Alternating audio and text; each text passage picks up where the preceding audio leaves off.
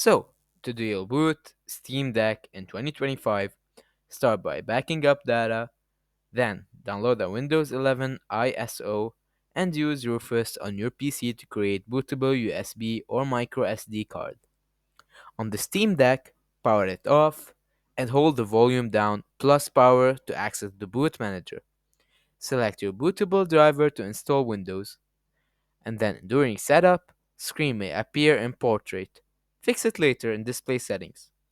Install Valve's official Windows driver for Wi-Fi, audio, and controls. To switch between SteamOS and Windows, reboot the deck, enter the boot manager again, like we said, by pressing the volume down and power button at the same time, and select the OS driver.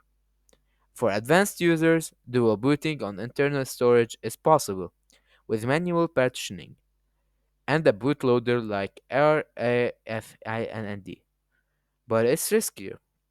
Using external storage is safer and reversible. Always disable BitLocker and Secure Boot if you face issues. This method allows running both SteamOS and Windows on one device with minimal risk. And that would be it.